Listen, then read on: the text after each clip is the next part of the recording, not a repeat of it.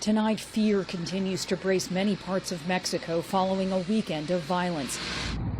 Massive plumes of smoke darken the skies of seaside resort towns and tourist hotspots, but locals are the most threatened. We're scared. We only go out when it's necessary because people don't know where to go out or what to do. The fire set to wreak havoc following the death of drug kingpin Nemesio Oseguera Cervantes. For years, the 59-year-old known as El Mencho led the Jalisco New Generation Cartel. On Sunday, government forces, aided by intelligence from the U.S., led an elaborate operation to capture the crime boss. He was wounded in a shootout and died later. Reaction and revenge were swift, stopping daily life in parts of the nation. It was still dark in Tapalpa, the kind of mountain darkness that swallows sound. On Sunday, February 22nd, 2026, soldiers moved through pine trees outside a quiet subdivision in southern Jalisco. No sirens, no dramatic announcement, just boots pressing into cold ground and radios whispering coordinates. Inside one of those houses, according to later reports, was the man who had evaded capture for over a decade. Nemesio Oseguera Cervantes, El Mencho. For years, his name had lived in intelligence briefings in Washington, in classified files in Mexico City, and on a DEA poster offering up to $15 million for information leading to his capture. And yet, that morning, he was not in a bunker. He was in a cabin. The military encircled the property. Bodyguards opened fire. Minutes later, the operation was over. By afternoon, the news outlets were reporting what once seemed impossible. The most wanted cartel leader in Mexico had been killed in a military operation near Tapalpa, Jalisco. But something strange happened next. The country did not relax. It tightened, roads were blocked, vehicles burned, highways shut down. Within hours, parts of Jalisco and neighboring Michoacán felt like they were holding their breath. Because when a man like El Mencho falls, it is never just about one man. It is about what he built and what refuses to fall with him. Welcome to True Crime Dammy. In today's case, the case of the day, do not forget to subscribe to our channel and tell us where you're watching from. Now, let us get into it. The forest was quiet. Too quiet. It was early Sunday, February 22nd, 2026, in Tapalpa, Jalisco. Pine trees stretched over narrow roads, and the air was thin, cold, still. And moving through that stillness were soldiers. No flashing lights, no sirens, no warning. Just boots pressing into soil and radios whispering coordinates. Inside a property in a wooded subdivision outside town, according to later reporting, was a man who had avoided capture for more than a decade. A man with a $15 million reward on his head. A man whose name had lived inside DEA bulletins and federal intelligence files in both Mexico City and Washington. Nemesio Oseguera Cervantes, El Mencho. For years, he had been described as one of the most powerful cartel leaders in Mexico. Head of the cartel Jalisco New Generation, known as CJNG. And that morning, after years of pursuit, the circle closed. According to official accounts released later, Mexican military forces encircled a cabin near Tapalpa. Bodyguards opened fire as troops moved in. The confrontation ended with El Mencho dead. It was over in minutes, but what happened next made it clear this was not the end of anything.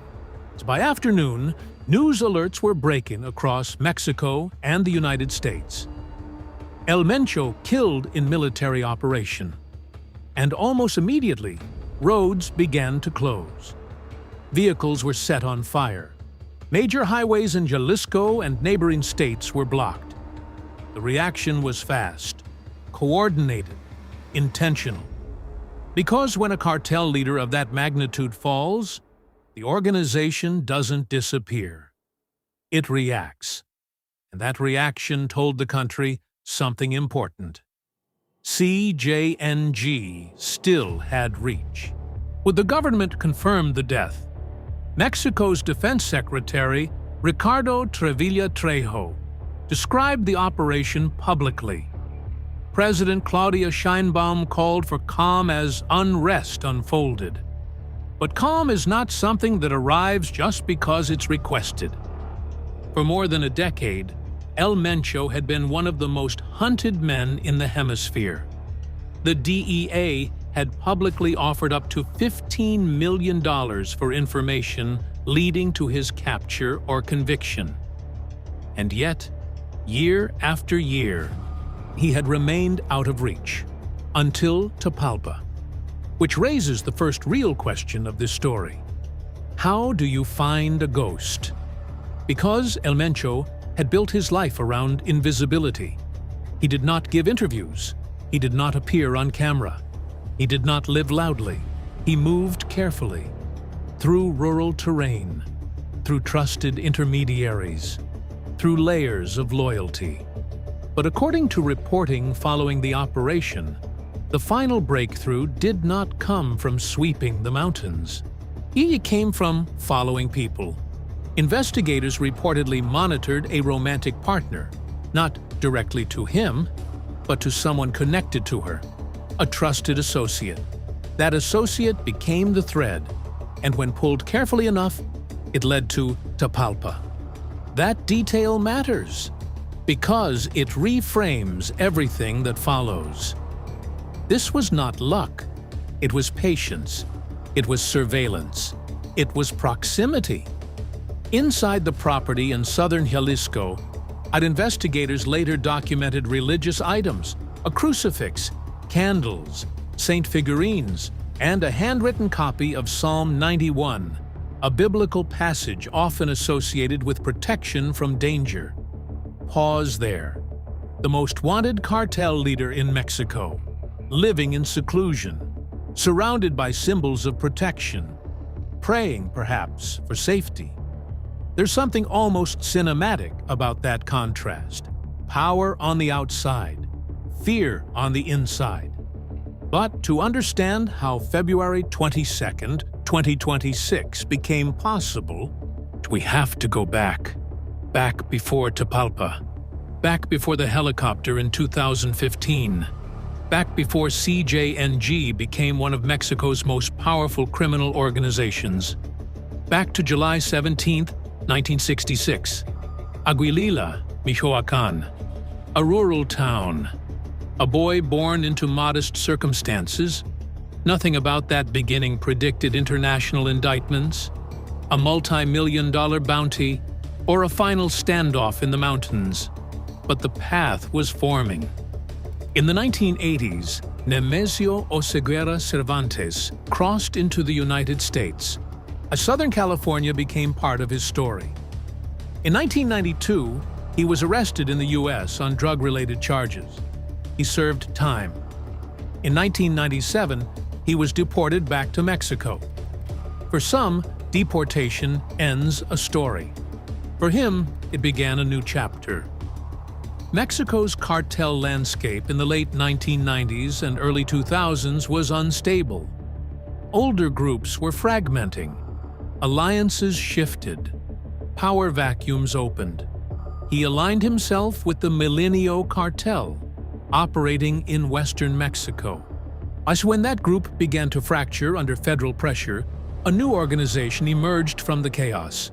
Around 2010, the cartel Jalisco New Generation began consolidating power, CJNG. It did not grow quietly, it grew fast.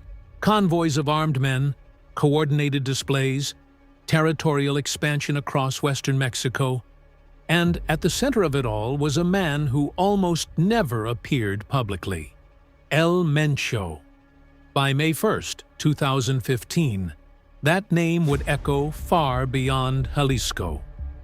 On that day, during a federal operation targeting CJNG, clashes erupted. Roads were blocked, vehicles burned, and during the confrontation, a Mexican military helicopter was shot down.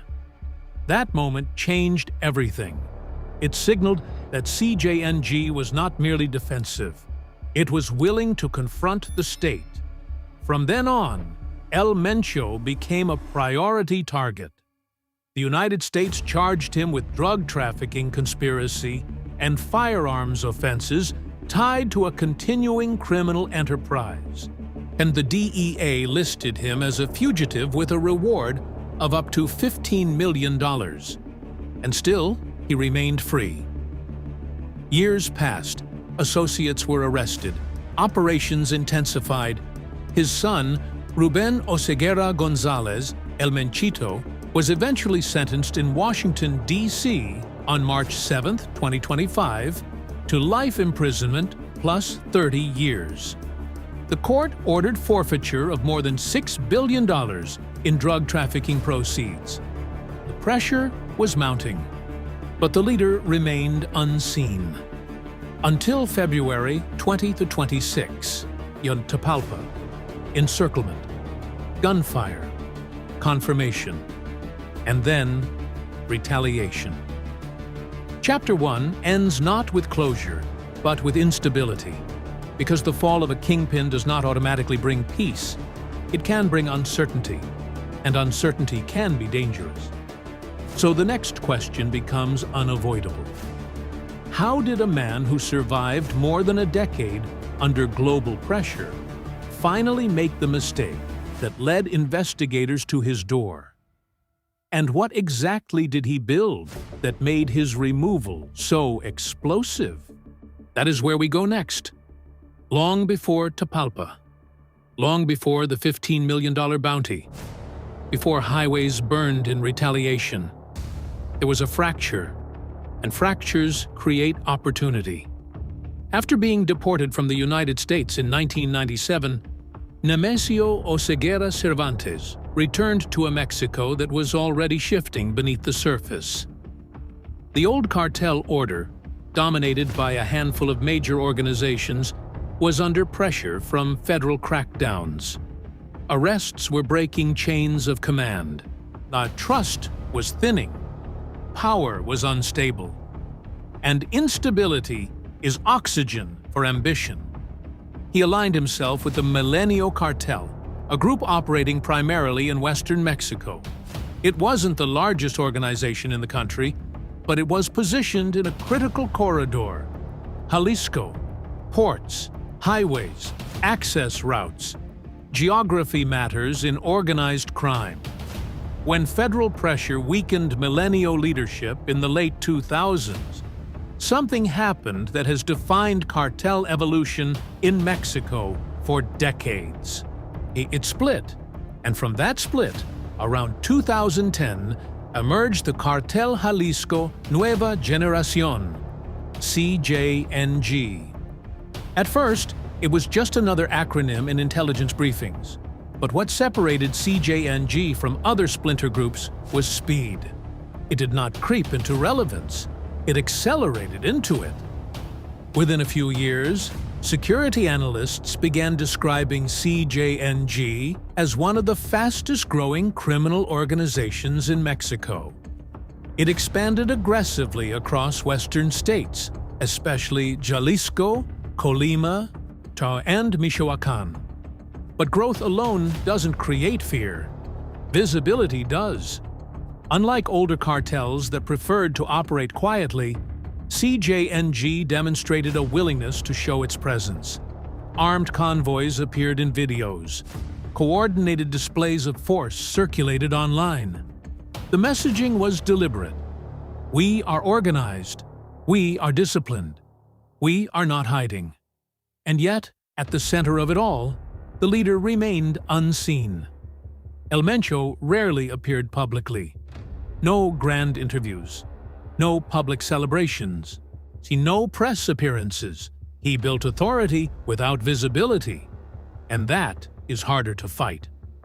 By the early 2000s, U.S. authorities were already tracking CJNG's growing role in methamphetamine production and trafficking. Synthetic drugs were reshaping the landscape. Unlike plant-based narcotics, synthetic drugs can be produced in labs, scaled rapidly, transported efficiently, and sold at high margins. CJNG leaned into that model.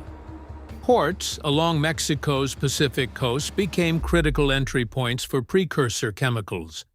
Distribution networks expanded northward. Federal indictments in the United States eventually charged Oseguera Cervantes with drug trafficking conspiracy and firearms offenses tied to a continuing criminal enterprise. The language in those indictments reflected something significant. This was not a regional group anymore. This was transnational.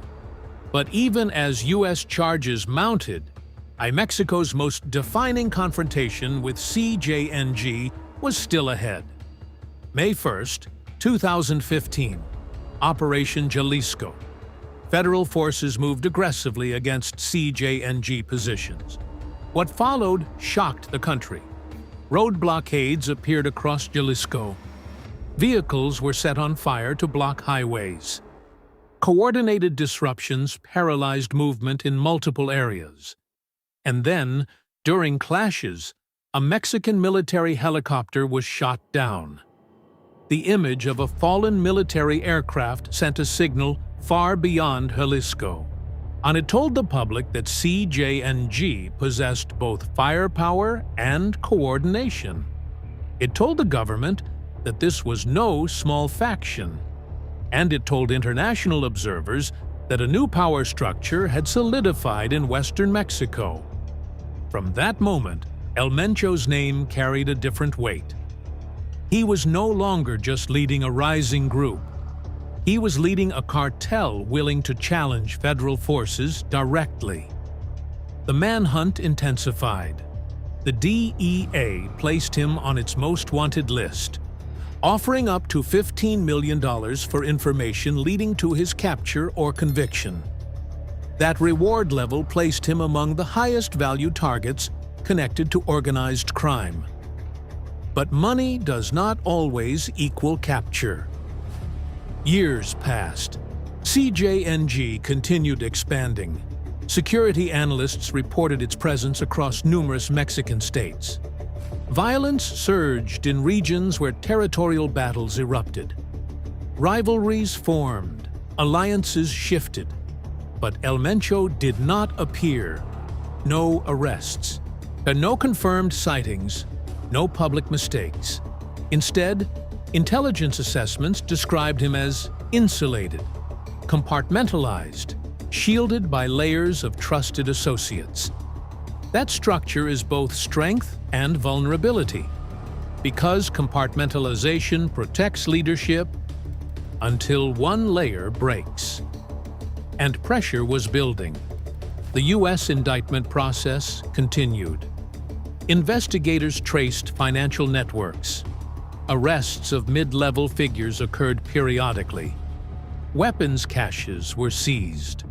Labs dismantled. Still, the leader remained out of reach. By 2020, CJNG was widely described as one of Mexico's most powerful criminal organizations. And yet, its leader was rarely seen. That absence became part of his legend. Rumors surfaced about his health. Reports suggested kidney problems. Some speculated he required medical treatment under tight secrecy. None of those reports were officially confirmed in ways that changed the trajectory of the manhunt. But rumors serve a purpose in cartel ecosystems. They create myth, they build mystique, and mystique can be as powerful as force. Then came a moment that shifted the pressure inward. March 7, 2025. Washington, D.C., Ruben Oseguera Gonzalez, El Menchito, stood before a U.S. federal court. He was sentenced to life in prison plus 30 years. The court ordered forfeiture of more than $6 billion in drug trafficking proceeds. That sentence did two things simultaneously. But it removed a potential successor, and it signaled that the family core was no longer insulated. For investigators, this was a breakthrough. For CJNG, it was a structural crack. Family matters in cartel leadership. Blood ties often reinforce loyalty and succession plans. With El Menchito imprisoned for life, the future command structure narrowed. And when succession narrows, tension rises. Somewhere during that tightening window, late 2025 into early 2026, intelligence threads converged. Authorities later reported that surveillance tied to a romantic partner played a role in locating El Mencho. Rather than directly following her movements, investigators identified and tracked a trusted associate connected to her. That associate became the thread. Think about that. After more than a decade of evasion, after federal indictments, after a $15 million reward, after the helicopter in 2015, the breakthrough came through proximity. Not brute force, not random luck, proximity. And that leads us back toward Tapalpa. Because by mid-February 2026, surveillance reportedly narrowed around southern Jalisco. And when soldiers moved through the forest on February 22nd, they were not searching blindly. They were closing in. But before we reach that final operation in full detail, one more question needs to be answered. Why did CJNG's structure make retaliation so immediate after his death? Because when roads burned hours after Tapalpa, that reaction wasn't spontaneous. It was embedded in the system he built. May 1st, 2015. Jalisco did not wake up expecting history. See, it was supposed to be another federal operation, another attempt to weaken a rising cartel that had been expanding quietly but aggressively across western Mexico. Authorities had named it Operation Jalisco. The objective was clear: disrupt CJNG leadership, apply pressure, force instability inside the organization. But what happened that day did the opposite. It solidified the cartel's reputation. As federal forces moved through Jalisco that morning, coordinated reactions began almost immediately. Roads were blocked, vehicles were set on fire, highways were paralyzed, businesses closed their doors. The speed of the response signaled something dangerous. This wasn't improvisation, it was preparation. Then came the moment that changed everything. During clashes in Jalisco, a Mexican military helicopter was shot down. The image traveled fast. A federal aircraft falling from the sky. Military personnel killed. And it was not just a tactical loss, it was symbolic. Helicopters represent reach, surveillance, authority, oversight. When one falls during a cartel confrontation, it tells the public something that no press release can soften. The balance of power is not absolute. From that moment on, CJNG was no longer a rising group. It was a national threat. And El Mencho was no longer just a cartel figure operating in the shadows. He became the name tied to escalation. Whether he personally ordered that confrontation or not, authorities and analysts consistently identified him as the strategic head of CJNG during that period. And strategy was exactly what CJNG was demonstrating. The road blockades across Jalisco were not random acts of chaos. They were synchronized. Vehicles were positioned intentionally to disrupt major routes. Panic was amplified. Movement was restricted. The message was clear: if you come for us, we can shut down entire regions. That day reshaped federal strategy. From 2015 onward, operations targeting CJNG intensified. But here is where the story becomes more complex. Every time federal pressure increased, CJNG adapted. The organization did not rely solely on brute force. It relied on structure.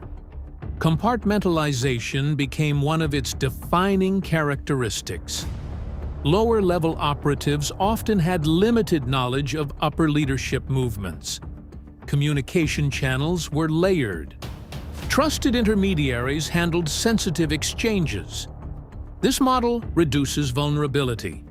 If one cell is compromised, it does not necessarily expose the entire network. And that model protected El Mencho for years. Meanwhile, CJNG expanded. By the late 2000s, security analysts reported the organization had presence or influence across multiple Mexican states. It developed international trafficking routes. It became heavily associated in U.S. Indictments with methamphetamine production and synthetic drug distribution, including fentanyl. Synthetic drugs changed everything. Unlike plant-based narcotics, they could be produced in labs without seasonal constraints. Production could scale quickly. Distribution networks could operate year-round. CJNG leveraged that efficiency. The organization's financial power grew. And with financial power comes leverage. Influence over local actors, corruption networks, and logistical chains. But power attracts attention. And by 2018, U.S. authorities had formalized charges against Nemesio Oseguera Cervantes. He was accused of leading a continuing criminal enterprise responsible for large-scale drug trafficking operations. The DEA publicly placed him on its most wanted list. Reward: up to $15 million. That number wasn't just a bounty. It was a declaration. This is a priority. Yet year after year, El Mencho did not appear in handcuffs. There were rumors, a speculation about illness, reports suggesting kidney issues, unconfirmed accounts of medical treatment under tight security. But nothing verified that altered the trajectory. Instead, he became something else, a ghost. His absence amplified his presence. Because the longer someone avoids capture under intense pressure, the more myth builds around them. And myth can be a weapon. Inside CJNG, that myth reinforced loyalty. Outside, it reinforced fear. But myths have one weakness, such they depend on consistency. And by 2025, cracks were forming. March 7, 2025. Washington, D.C. His son, Ruben Oseguera Gonzalez El Menchito, was sentenced to life in prison plus 30 years. That sentence mattered. It removed a key operational figure. It signaled that family ties would not shield leadership from U.S. prosecution. And it narrowed the future. Because in many cartel structures, sons represent continuity. Without El Menchito in the picture, succession planning became more complicated. Which brings us back to 2015. The helicopter incident made CJNG infamous. The 2025 sentencing made it vulnerable. Between those two moments, pressure built slowly and deliberately. Financial networks were tracked, communications were monitored, associates were arrested. And then, according to official accounts later released, investigators focused not on the mountains, but on people. A romantic partner, a trusted associate connected to her, and patterns, movement, signals. The most disciplined organizations are still built from human behavior. And human behavior leaves traces. By February 2026, those traces had converged. But before we return to Tapalpa in full detail, there's one more critical element to understand. Why did retaliation erupt so quickly after El Mencho's reported death? Because that reaction was not spontaneous rage. It was embedded doctrine. The CJNG had demonstrated in 2015 that it could paralyze highways within hours. That capability did not disappear. So when February 22, 2026 arrived, and soldiers encircled a cabin in southern Jalisco, the system he built was ready to respond. Road blockades appeared, vehicles burned, highways closed, just like 2015. But this time, the leader at the center was gone. And that changes everything, because the 2015 confrontation showed how strong CJNG could be under unified leadership. So the 2026 reaction will reveal what it becomes without him. For more than a decade, he survived by staying invisible. No predictable routines, no unnecessary exposure, no careless meetings. If you're one of the most wanted men in the hemisphere, with a $15 million reward attached to your name, paranoia isn't weakness, it's survival. But survival depends on one fragile assumption: that the people around you are airtight. By late 2025, the pressure around CJNG was different. His son was serving life in a U.S. federal prison after the March 7, 2025 sentencing in Washington, D.C. Federal indictments in the United States remained active. Mexican authorities had intensified military operations in western states. Financial investigations were tightening, but none of that directly produced El Mencho. What did? According to public statements later described by Mexico's Defense Secretary Ricardo Trevilla Trejo, investigators followed a different path. One, they monitored a romantic partner. Not recklessly, not aggressively, patiently. But even that wasn't enough. So they went one layer deeper. A trusted associate connected to her, and that associate became the signal. In high-level organized crime investigations, direct surveillance of a primary target often fails. Leaders compartmentalize. They isolate themselves. They limit communications. But secondary figures, those who feel one step removed from danger, sometimes move more freely. See, movement creates patterns. Patterns create maps. By mid-February 2026, according to reporting after the operation, intelligence had converged on southern Jalisco. Tapalpa, a mountain town known more for weekend retreats than federal raids, about 80 miles southwest of Guadalajara. Forested, quiet, isolated, exactly the kind of place someone seeking distance might choose. February 20th, 2026. Surveillance tightened. Military intelligence units prepared. Operations of this magnitude are not impulsive.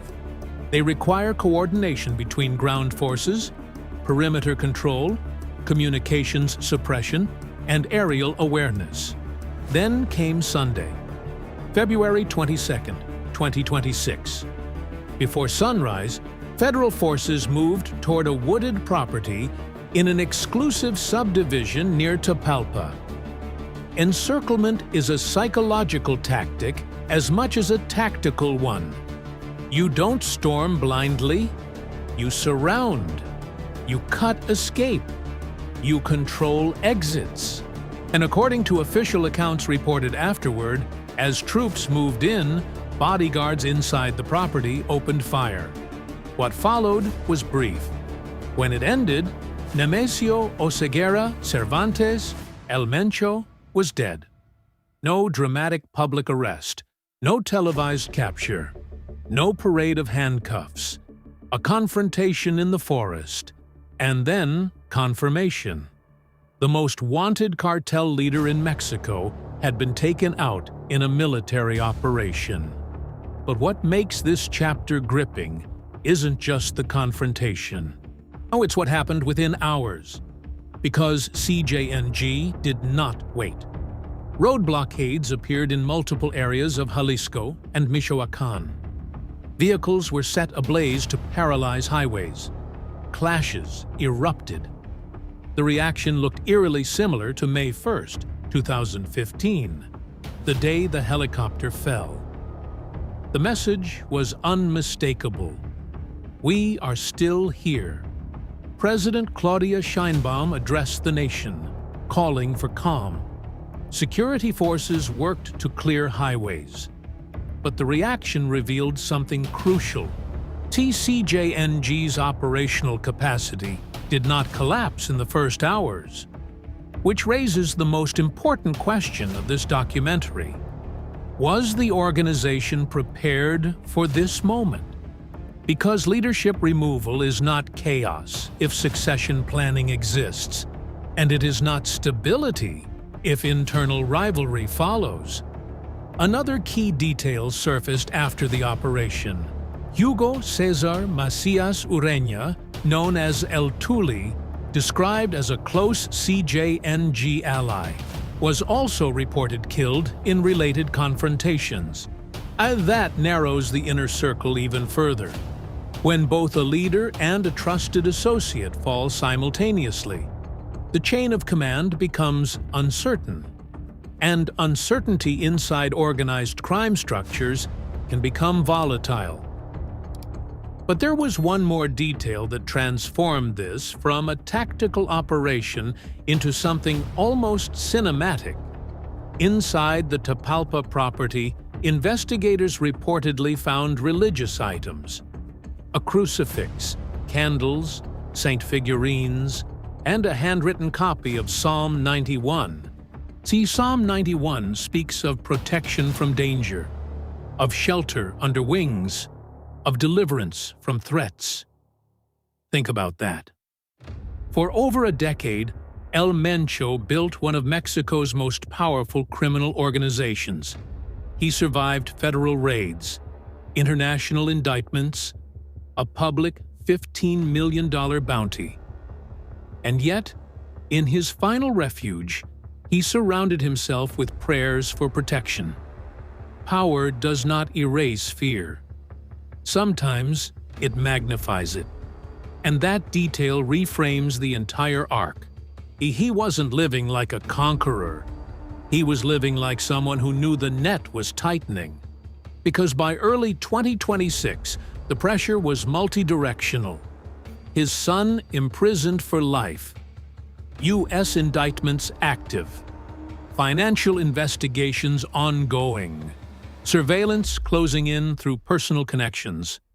And then, proximity did what brute force could not. It located him. Tapalpa was not random. It was the end point of patience. And patience wins manhunts. Chapter 4 ends here. Not with finality, but with transition. Because the operation on February 22nd, 2026, did something enormous. It removed the face at the center, but it did not dismantle the structure. And structures built over more than a decade do not dissolve in a single morning. Now comes the most unpredictable phase. What happens when the ghost is gone? Does CJNG fragment? Does it consolidate under a new leader? Does instability increase? Or does the organization adapt quietly? The final chapter isn't about the raid. It's about the vacuum. And vacuums in organized crime are never empty for long. When a man like El Mencho dies, the headline feels like an ending. But in organized crime, endings are rarely clean. On February 22nd, 2026, near Tapalpa, Jalisco, Nemesio Oseguera Cervantes was killed during a military operation, according to official accounts released by Mexican authorities. Within hours, retaliation unfolded across parts of western Mexico. Roads were blocked, vehicles burned. Federal forces mobilized to restore order.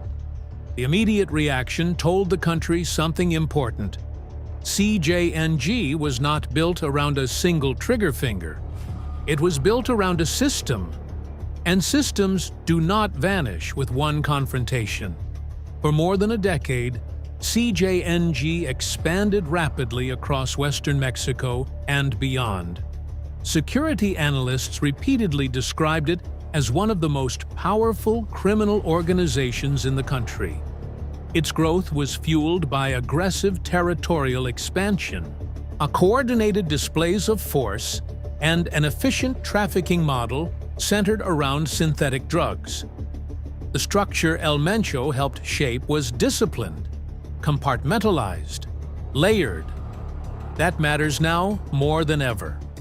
Because when leadership is removed, organizations either fracture or consolidate. History in Mexico offers both outcomes. When major cartel figures have been captured or killed in the past, some organizations splintered. Rival factions fought for control. And violence intensified as mid-level commanders competed to assert dominance. In other cases, succession occurred quietly. A new leader emerged. Operations continued with minimal interruption. Which path CJNG takes will depend on several variables. First, internal cohesion. Was there a clear second-in-command ready to step in?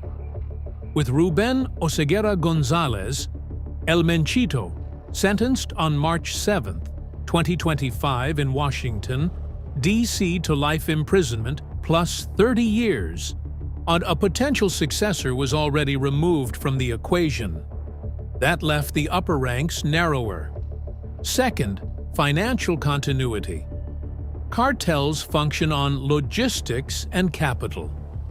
If money laundering channels, supply routes, and distribution networks remain intact, the operational machine can keep moving even during leadership transition.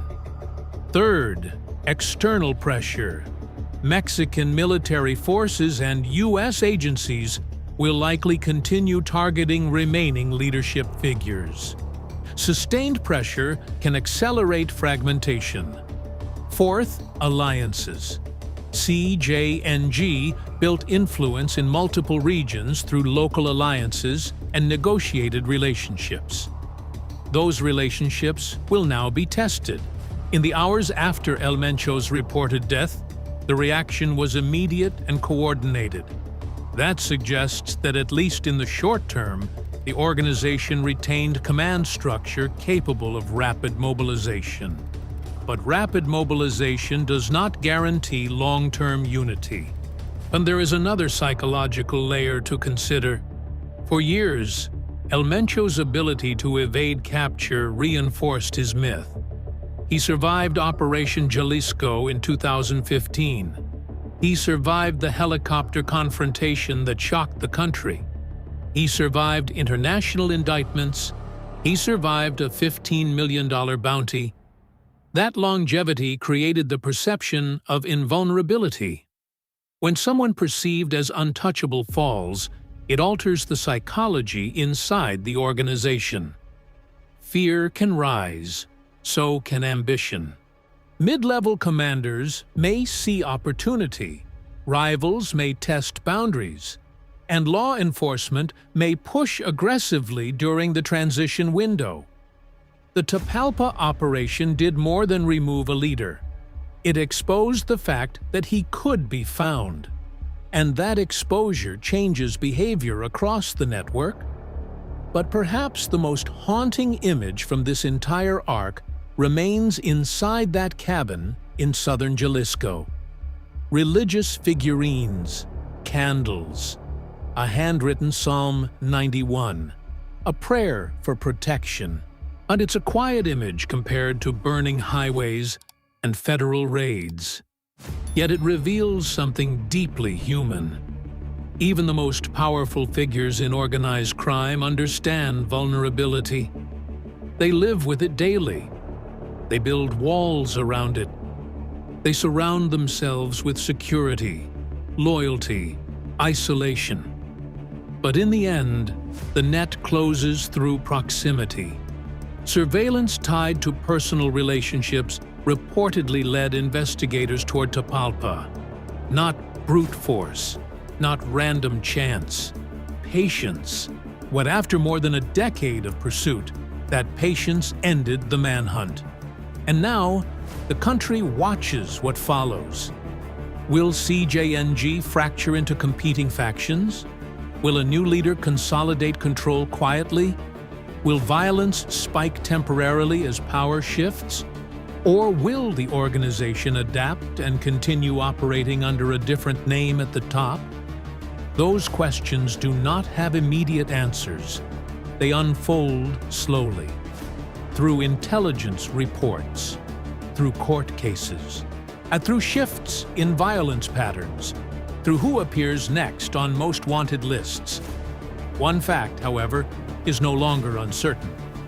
On February 22nd, 2026, near Tapalpa, Jalisco, a man who once rose from Aguililla, Michoacán, in 1966 to become one of the most hunted figures in the hemisphere was removed from the equation.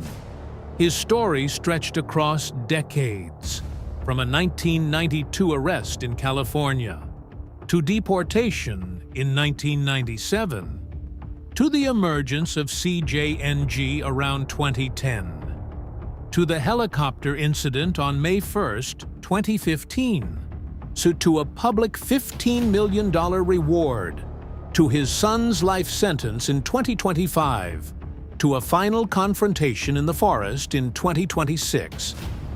It is a trajectory that reflects not only one man's rise, but the evolution of organized crime in Mexico over the past 20 years. But if this documentary proves anything, it is this: removing the head does not automatically dismantle the body. Power built over time leaves structure behind. And structure does not disappear quietly. And the silence after Tapalpa is not peace. It is transition.